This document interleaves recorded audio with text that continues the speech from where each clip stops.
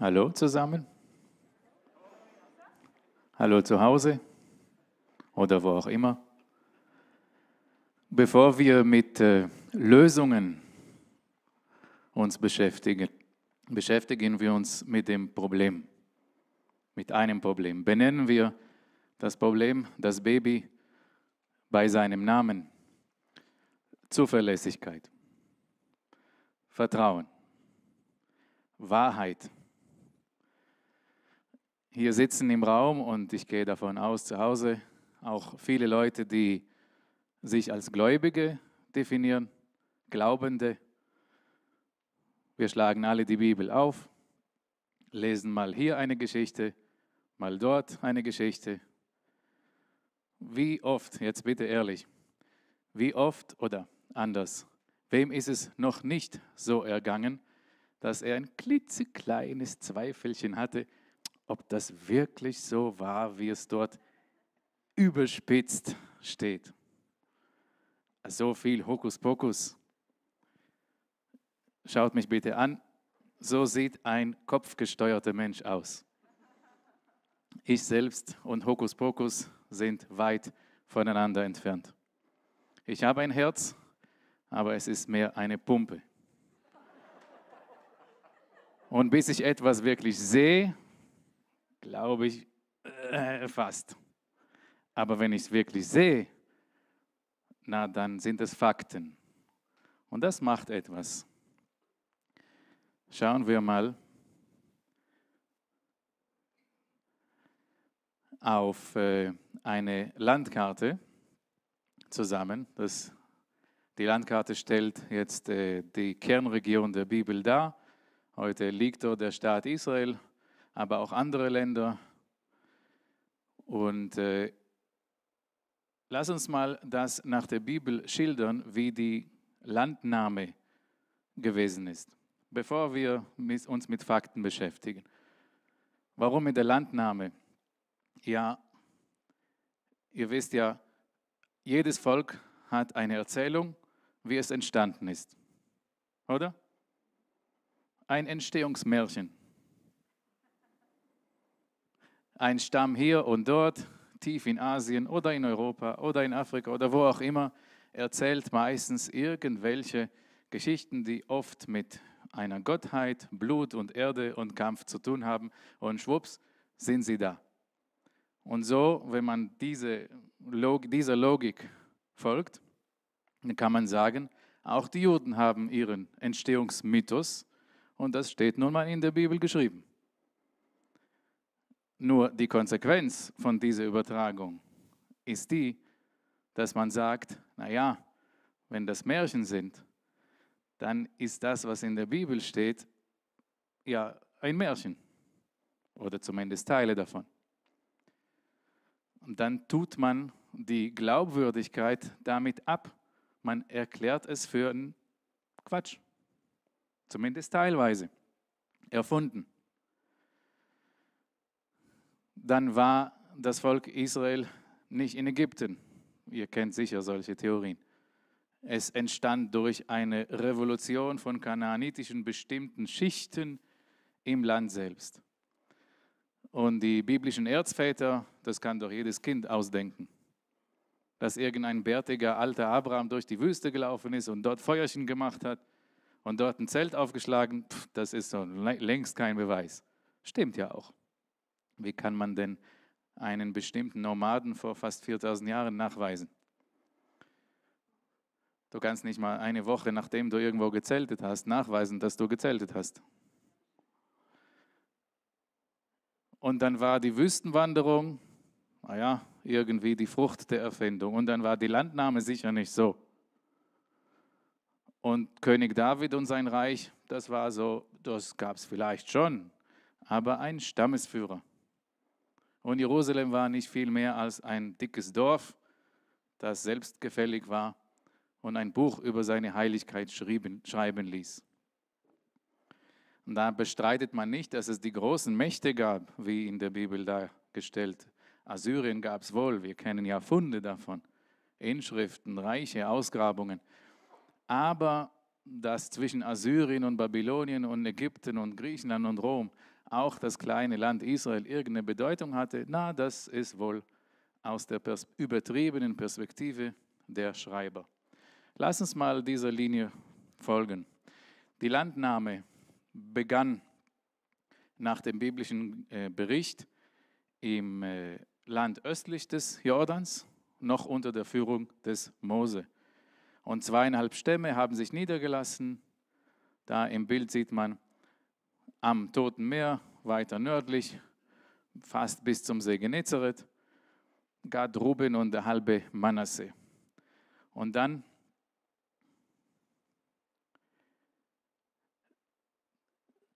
noch bevor Mose starb, gab er Josua einen Befehl, ganz genaue Anweisungen. Ich möchte vorlesen. Und es soll geschehen, wenn ihr über den Jordan gezogen seid, sollt ihr diese Steine, über die ich euch heute Befehl habe, auf dem Berg Ebal aufrichten. Und du sollst sie mit Kalk bestreichen. Und dort sollst du dem Herrn, deinem Gott, einen Altar bauen. Einen Altar aus Steinen. Du sollst kein Eisen über ihnen schwingen. Aus unbehauenen Steinen sollst du den Altar des Herrn, deines Gottes, bauen. Und du sollst dem Herrn, deinen Gott, Brandopfer darauf opfern. Und du sollst Heilsopfer opfern und dort essen und dich vor dem Herrn, deinem Gott, freuen. Wie viele Verse waren das? 1, 2, 3, 4. 4 kleine, nicht so extrem wichtige Verse. Nachher gehen sie über den Jordan. Mose tot, Josua dran. Die erste Eroberung, Jericho. Das ist immer noch der biblische Bericht. Und nach Jericho gehen weitere Eroberungen. Erstmal die Stadt Ai. Und schaut mal auf der Karte, die 2 ersten Eroberungen sind zusammengefasst. Und nachher gehen wir mit der Reihenfolge in einem nächsten Josua-Kapitel noch mehr Eroberungen und in einem weiteren und letzten sind ja weite Teile, viel, viel weiter weg als nur Jericho, schon eingenommen. So kommen wir zu Josua 12 und der letzte Vers ist, und das Land wurde friedlich, kein Krieg mehr. Das soweit zum biblischen Bericht. Und dann kommt im 20. Jahrhundert eine Studie, das ist ein kanadischer Professor, was hier auf dem Bild zu sehen ist, oben die Ausgrabungen, im Hintergrund die Veröffentlichung vom Bericht und unten, das nennt man, bitte Achtung, ein komischer Begriff, Kragenrandbehälter. Warum ist es so wichtig? Weil diese Behälter, und das ist unumstritten in der Welt der Archäologie, diese Behälter benutzten nur Israeliten, nur zu einer gewissen Zeit. Die kannte man aus dem Landesinneren, Jerusalem nach Norden, nach Süden. Ein Teil in Galiläa, aber viel mehr in Judäa, im Kernland, wo heute Israel und die palästinensischen Gebiete sind. Im 12. Jahrhundert vor Christi Geburt. Und diese Forschung zeigt im Land jenseits des Jordans 3 Siedlungen untersucht, die in der Bibel vorkommen, als gegründet vom Stamm so und so und so und so und so und so. Im Gebiet heute Totes Meer, Ostseite auf der Höhe, das ist eine Hochebene. Und von dort erstmal gegründet ist es klar, es ist das 12. Jahrhundert vor Christi Geburt. Das würde übrigens der jüdischen, rabbinischen, traditionellen Datierung der Landnahme entsprechen. Und sie holen Kragenrandbehälter daraus. Und sie waren dort, bevor sie im Landesinneren waren. Das heißt, irgendwelche Leute haben ihre Gefäßmode benutzt, im Ort gegründet und erst später ist das über den Jordan gegangen, was die Wissenschaft bis dahin nicht kannte. Dieser Mann, Professor Adam Zertal, ist ein Israeli, ist verstorben vor wenigen Jahren, ein israelischer Archäologe, Kommunist. Ich wiederhole es, Kommunist. Read my lips. Gott und er zerstritten bis nicht existierend. also Kommunist.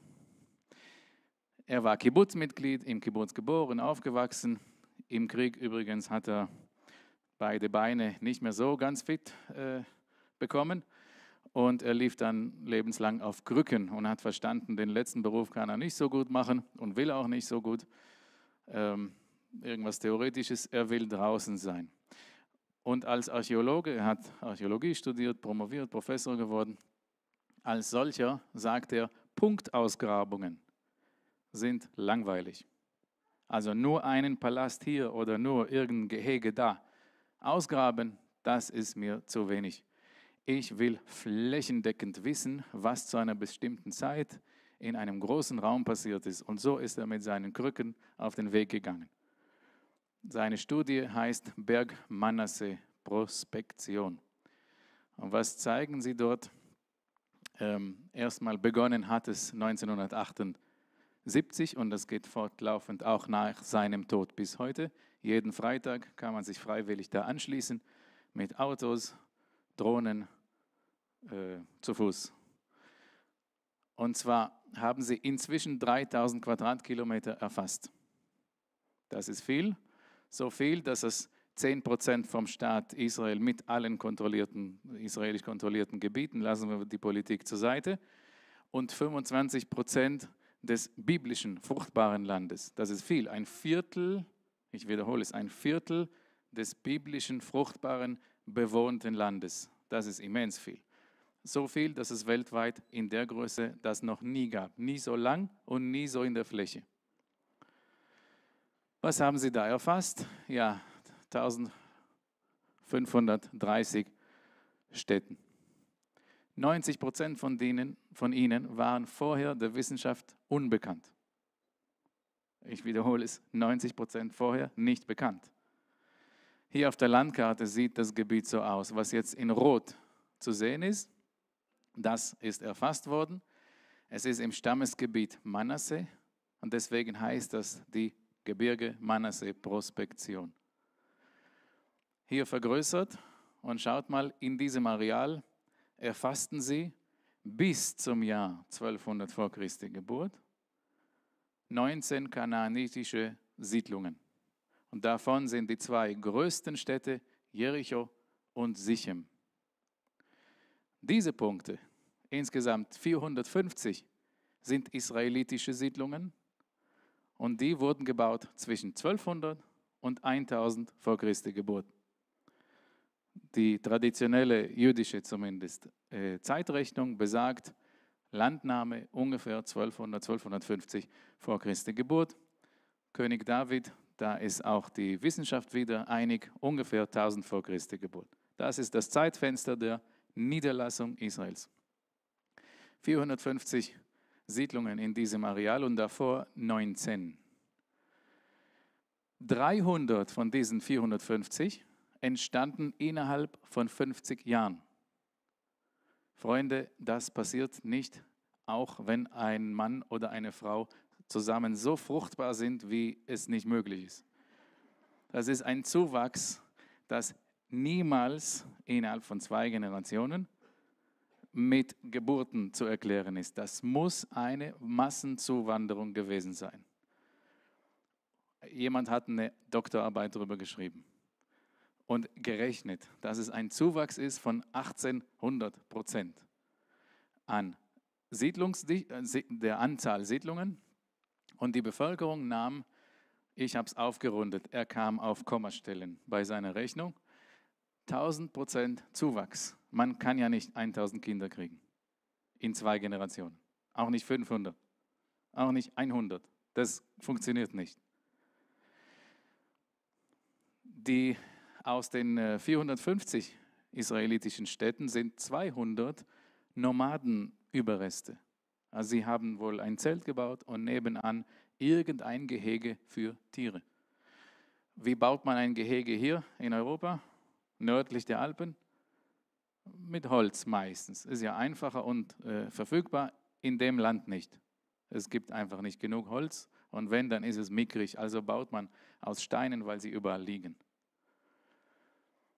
Dann kommt die Krönung. Schaut mal aufs Bild. Wir sehen hier auf der einen Seite im Bild rechts den Berg Ebal und auf der anderen Seite links den Berg Garizim und in der Mitte die Stadt Sichem.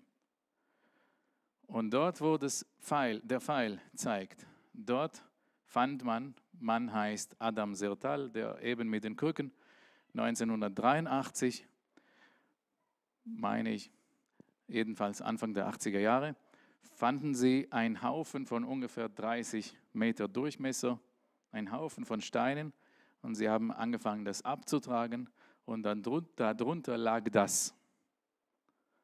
Das ist ohne Zweifel ein Altar. Datieren kann man es ganz gut, das nennt man C14, das ist eine Untersuchung von Kohlenstoff. Alles, was abstirbt, dort baut sich der Kohlenstoff jährlich um die Hälfte ab in Prozenten. Und dann kannst du zurückrechnen, wann ist das Ding tot geworden. Und von dort, aus diesem Altar, hat man 900, man hat mehr Knochen, aber von ungefähr 900 Tieren rausgeholt. Und die Tiere haben mal gelebt, ob ihr glaubt oder nicht. Diese Tiere waren, bitte gut aufpassen, die Details sind hier wichtig, waren ohne Ausnahme männlich, einjährig und rein im Sinne der Vorschriften aus der Tora. Erinnert uns das an etwas? Was opfert man am Altar gemäß Tora-Vorschriften? Übrigens, es gab auch 2 Ausnahmen. 2 Igel, ja, ein Hasen und ein Hirsch, ein Dammhirsch.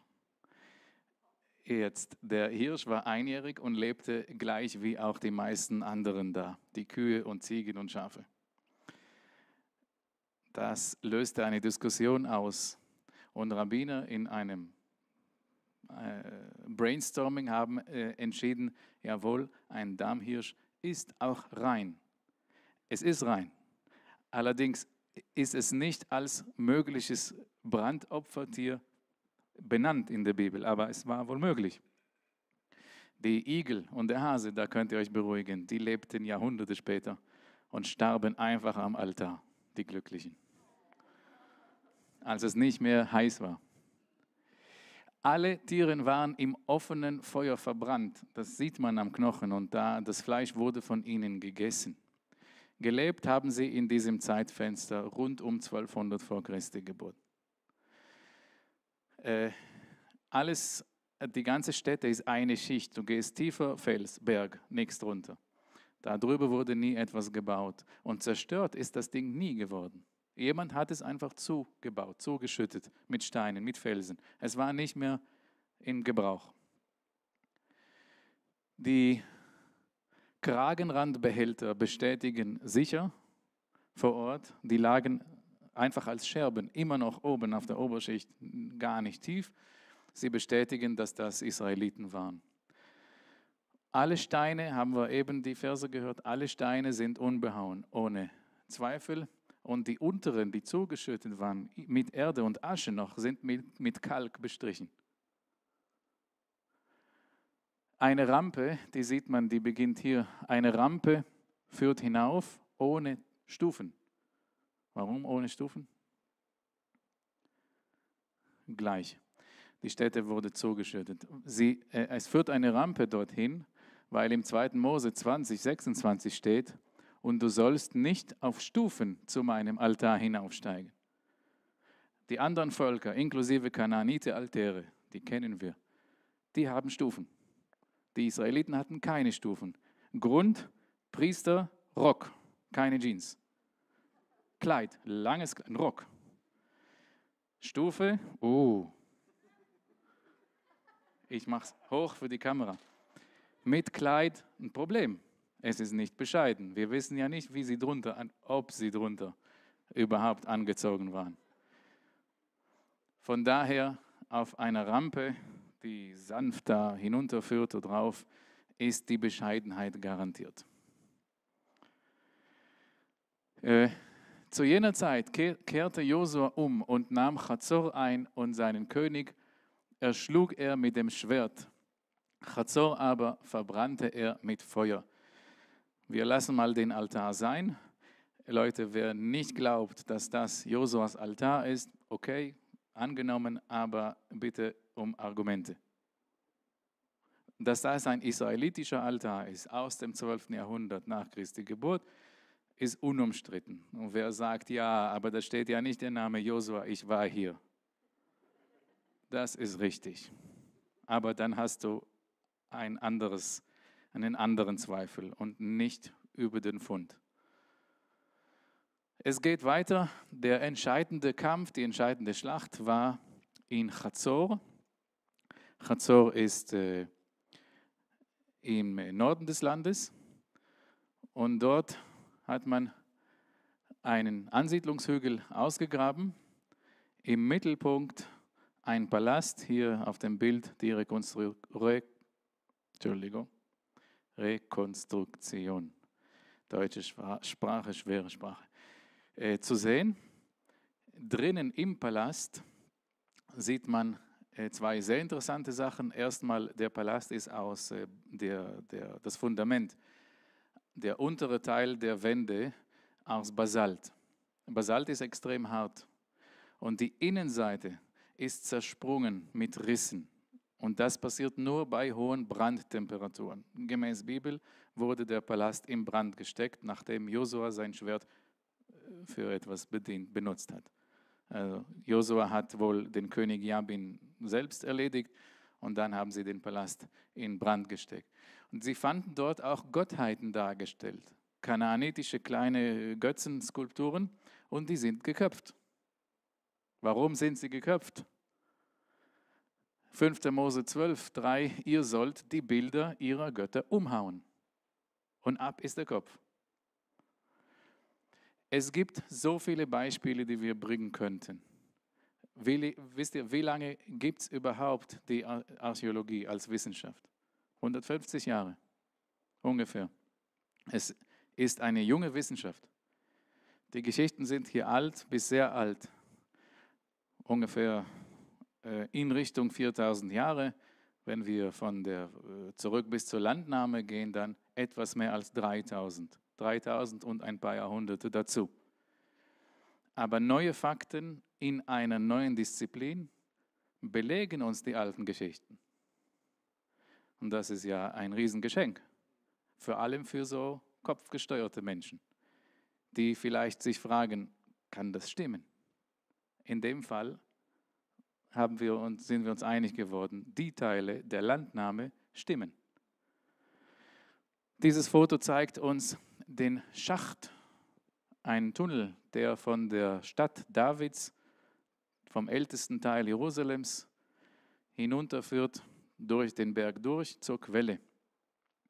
Es steht eine interessante Geschichte über die Eroberung Jerusalems durch Davids Männer, Uriah und so weiter. Sie kommen durch den Schlauch. Da steht auf Hebräisch Zinor. Was ein Zinor ist, würde jeder moderne Hebräischsprachige sagen, das ist ein Wasserschlauch im Garten. Aber das ist neu. Wir wissen nicht so genau, was es ist. Es hat mit Wasser zu tun. Und schwupps, im 19. Jahrhundert wird dieser Gang gefunden, durch den kannst du die Stadt überraschen, ohne die Stadtmauer angreifen zu müssen. Du gehst von der Innenseite, machst die Tore auf und deine Freunde warten auf dich draußen und der Krieg ist entschieden. Da ist die Quelle selbst hier mit Licht beleuchtet, die Quelle Gihon, über die aus, dorthin führt dieser Schacht, dieser Schlauch. Dort kann man sich vorstellen, wie die Männer hineingegangen sind. In einem Nebensatz in einem Vers steht, ja, und David baute den Milo. Milo, das kommt von Lemale, füllen, Stützmauer, Füllmauer.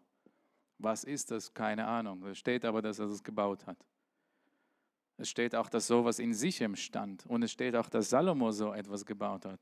Und es kommt die moderne Wissenschaft im 20. Jahrhundert, nimmt die Erde ab und findet eine schräge steinerne Wandkonstruktion und darüber einen Palast. Ob das der Palast Davids ist oder nicht, ist noch nicht ganz bewiesen, aber es sieht schon nicht schlecht aus. Und zeitlich passt es. Also wahrscheinlich war oben dort David, als er irgendwo nach unten auf ein Flachdach schaute und eine Dame beim Duschen beobachtete. Es wird ganz konkret. Das ist ganz, ganz frisch. Da steht Dr. Eilat Mazar, die Kleine, neben den Riesenbrocken von der ersten gefundenen Stadtmauer aus der Amtszeit von Salomon. Es ist 3 Jahre jung, der Fund. Es steht, der Verlauf steht sogar in der Bibel, wie Salomon den gebaut hat. Von wo bis wo ging diese Mauer? Und die steht da. Wer meint, Jerusalem wäre ein kleines Kaff oder ein ärmliches Dorf und der König wäre so etwas wie ein Stammesführer, solche Bauwerke, dazu gehört ein Turm, der nebenan steht, solche Bauwerke, das kann ein Dorf nicht. Nebenan wurden Siegel gefunden, mehrere. Einer davon vor wenigen Monaten oder höchstens 1,5 Jahren, da steht Jeschaja Navi. Übersetzt, Jesaja, der Prophet. Er hat einen Amtsstempel. Diese Inschrift fanden arabische Jungs, als sie in einem Tunnel im Stadtteil gespielt haben, 1850 meine ich. Und sie holen das raus und die Wissenschaft erkennt, was da drauf steht. Die Bibel erwähnt nur in kurzen Versen den Tunnel, den König Hiskia gebaut hat, um das Wasser von Jerusalem von Punkt A nach B zu bringen, und damit Jerusalem belagerungssicher zu machen, weil die Quelle war draußen und durch den Tunnel ist das Wasser plötzlich innerhalb der Mauer. Du liest es im Text und denkst, oh ja, irgendeinen Tunnel hat er wohl gebaut. Und dann kommt eine Tafel und sie dokumentiert den Punkt, an dem 2 Kolonnen, Arbeitskolonnen von beiden Seiten gearbeitet haben. Das ist Fakt. Und das führt Wasser 2700 Jahre später immer noch. Übrigens, das ist Althebräisch, was dort drauf geschrieben steht. Wer aber die Schrift einmal gelernt hat, der kann es lesen. Und sie sprechen sogar über die Äxte, die sie einsetzen, mit denen sie den Fels behauen. Hiskia, der Name König Hiskia auf Hebräisch, bedeutet der Starke Gottes. Nicht zu fassen, aber manche Theologen haben auch im 20. Jahrhundert behauptet, der Name ist so märchenhaft, ist so programmatisch, dass es ihn wahrscheinlich gar nicht gab, er wäre eine Fiktion. Und inzwischen ist das der König, für den wir die meisten archäologischen Beweise haben, dass es ihn gab, inklusive Siegel, Inschriften. Wenn wir bei Hiskia sind, wir sehen hier Lagerhallen aus ungefähr 700 vor Christi Geburt, in Beersheba in der Wüste. Und dort in der Mauer, hinten links, fand man Steine, die auseinandergenommen wurden, weil sie den anderen Steinen nicht passten, das weiß man. Die hat man von Punkt A genommen, auseinandergebaut, was auch immer sie waren, und ins Mauerwerk integriert. Und dann hat man diese rausgenommen und das zusammengebastelt daraus. Ein Hörneraltar, den es wohl gab. Gemäß Bibel machte Hiskia eine Religionsreform. Er baute die Höhen und Altäre ab und zentralisierte den Gottesdienst zurück nach Jerusalem. Und so findet man insgesamt jetzt 3 Altäre, 3 Heiligtümer aus der Zeit, die auseinandergenommen wurden. Da ist der Siegel Hiskias zu sehen, wo er sogar mit dem Namen seines Vaters Achaz aufgeführt wird. König Jerobeam baute 2 Heiligtümer mit goldenen Kälbern in Dan und in Beersheba. Und da sagt man, das ist so weit entfernt voneinander, das kann nicht wirklich sein, dass das Königreich so groß gewesen ist. Das ist wie heute libanesische Grenze im heutigen Israel und Wüstenbeginn im Süden. Das ist übertrieben. Und beide, da sieht man den Unterbau und die Darstellung, wie es wohl aussah, beide sind inzwischen da. Das ist in Dan und das ist in Bethel, Entschuldigung, ich habe Beersheba eben gesagt, ich meinte Bethel. Es geht um das Königreich Israel, nicht um das ganze Reich. Und das ist das südliche Heiligtum, was man hier sieht, das Geländer, das ist etwas nördlich von Jerusalem. Im Hintergrund übrigens, links, sieht man einen kleinen Steinhaufen. Und die Annahme ist, da war ein Altar und der wurde zerstört. Wenn man in der Bibel nachschaut, dann sieht man, Josia hat, es steht ausdrücklich, er hat den Altar von Bethel zerschlagen lassen.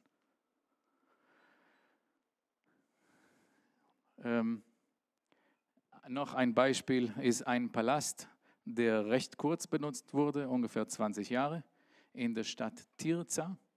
Dann wurde er verbrannt, das sind die Überreste. Angefangen wieder mit Neubau und nie wirklich zu Ende gebaut. Und das würde genau der Schilderung passen, der Könige von Israel.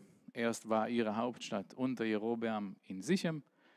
Nach 23 Jahren zogen sie nach Tirza hierhin.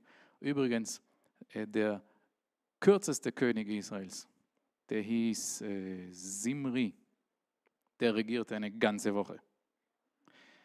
Der hat sich dort ein bisschen angezündet und der Brand ist nachgewiesen. Ein Palast von einem gewissen Omri und sein Sohn Ahab und darunter ihre Gräber. Und wir könnten so viele Beispiele bringen, aber dafür reicht die Zeit natürlich nicht. Wenn wir ins Zeitalter des Neuen Testaments übergehen, dann ist das nicht weniger umfangreich und noch prächtiger, weil die Technologie fortgeschrittener war. Hier zum Beispiel, wer sich vorgestellt hat, wie der Teich Siloa ausgesehen hat, wo ein Blindgeborener geheilt wurde. Dieser Teich, also wenn man auf Deutsch sagt, dann denkt man Quark, Frosch, Grün, Schlamm. Aber es ist eine Großstadt gewesen und das ist inmitten der Stadt schön angelegt. Herodes hat es zugänglich gemacht mit diesen Stufen ausgegraben. Oder wenn wir im Gebiet Tempelberg rumlaufen, unter anderem fand man Geschäfte, in diesem Geschäft sogar ein Schild aus Holz, das erhalten geblieben ist durch die Zuschüttung und darauf das Wort Korban, ein Ladenschild. Korban heißt Brandopfer, zu kaufen, aus der Zeit Jesu. Im Tempelberg konnte man bis heute nie ausgraben, nie wirklich, weil seitdem es die Archäologie gibt, ist das ein islamisches Heiligtum und das geht nicht. Aber um den Tempelberg herum schon. Und wer auf Eingangsstufen des Tempels laufen will aus der Zeit, der muss einfach nur ein Ticket kaufen, kein Brandopfer.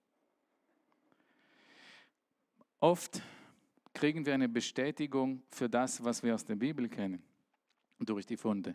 Aber es funktioniert nicht weniger umgekehrt. Wenn etwas gefunden wird, macht es, so ist das in der Bibel gemeint. Beispiel, wenn Jesus sagt, auf Moses Stuhl sitzen die Pharisäer, dann ist das der Stuhl. Das gab es in Synagogen. Kathedra de Moshe auf Aramäisch. Stuhl des Mose, das ist für Gemeindespender aufwärts, für Wichtige, für die sich sehr wichtig nehmen und so weiter. Es wird konkret und wirft Licht dann aufs Verständnis. Das ist nicht nur metaphorisch, das ist echt gemeint. Wir zitieren mal einen Professor, Lawrence Steiger, Steiger auf Englisch.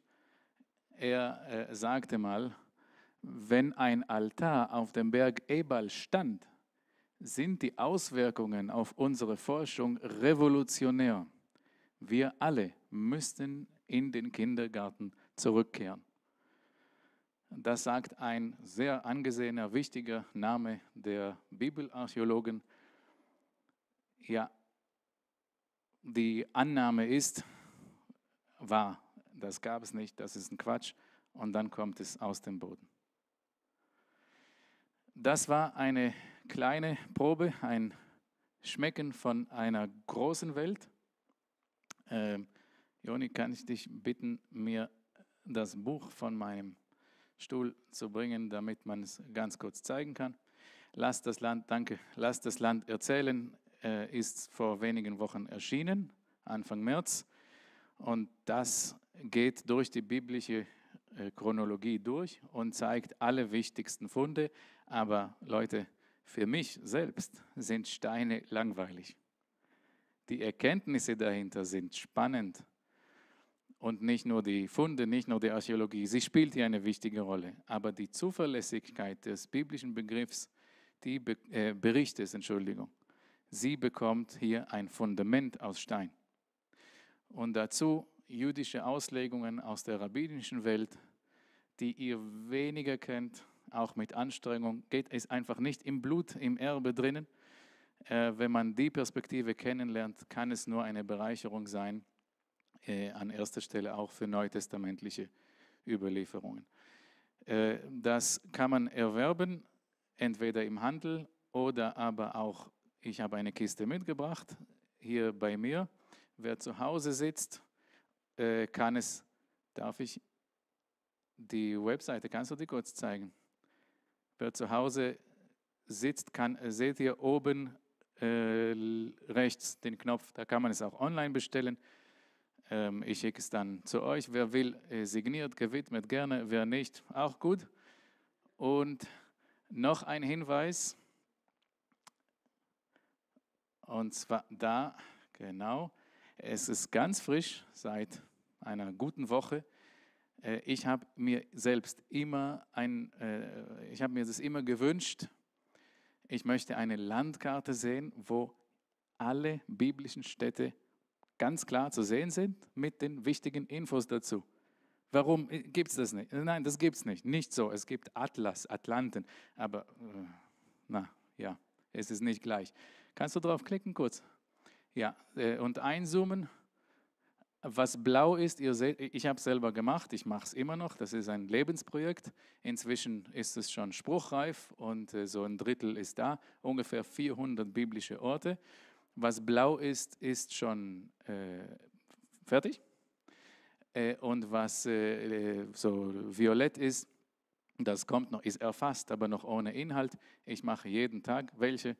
Die Nutzung ist frei, ist gratis, feel free. Da kann man viel lernen. Wo findet man das? asafzeevi.com. Also mein Vorname, Nachname, wie auf dem Buch, asafzeevi.com. Und dort ganz schnell findet man die interaktive Landkarte. Vielen Dank.